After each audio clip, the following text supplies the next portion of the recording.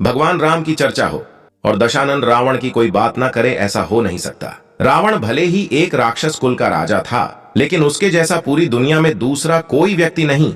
इसीलिए कहा जाता है कि रावण सिर्फ एक है। लंकाधिपति दशानन महाराज रावण अत्यंत ही बलशाली, महापराक्रमी योद्धा, परम शिव भक्त, वेदों का झांता और महापंडित था। जब राम और रावण के बीच युद्ध हुआ तो रावण की हार हुई।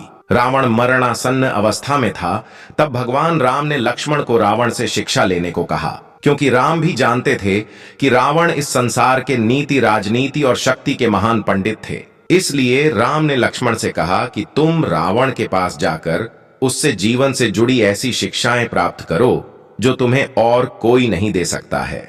भगवान राम की बात सुनकर लक्ष्मण मृत्युशैया पर पड़े रावण के सिर के पास जाकर खड़े हो गए, लेकिन लक्ष्मण के काफी देर खड़े होने पर भी रावण ने कुछ नहीं कहा। लक्ष्मण राम के पास वापस आ गए और कहा कि प्रभु, मैं बहुत देर तक रावण के पास खड़ा रहा, लेकिन उसने कुछ नहीं कहा। तब भगवान राम बोले कि किसी से ज्ञान प्राप्त करने के लिए उसके सिर नहीं, बल्कि चरणों के पास खड़ा होना चाहिए।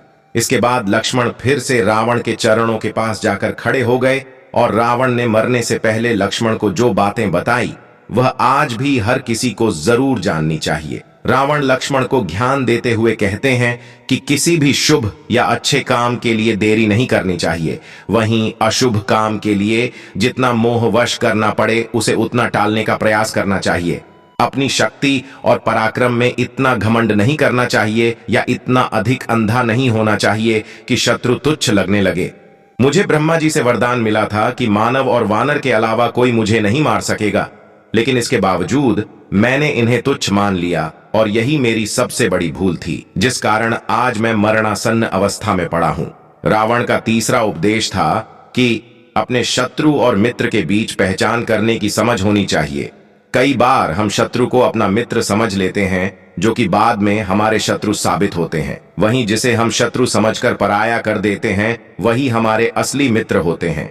रावण ने लक्ष्मण को ज्ञान देते हुए कहा कि अपने जीवन के गूढ़ रहस्यों के बारे में किसी को भी नहीं बताना चाहिए, फिर चाहे वह आपका कितना भी सगा क्यों ना हो, क्योंकि विभीषण जब लंका में था तब वह मेरा शुभेच्छु था, और जब वह राम की शरण में गया तो मेरे ही विनाश का कारण बन गया। रावण का आखिरी उपदेश था कि किसी भी पराई स्त्री पर बुरी नजर नहीं रखनी चाहिए, क्योंकि जो व्यक्ति पराई स्त्री पर बुरी नजर रखता है वह नष्ट हो जाता है। ऐसी ही रोचक वीडियो देखने के लिए हमारे चैनल को सब्सक्राइब करें। धन्यवाद।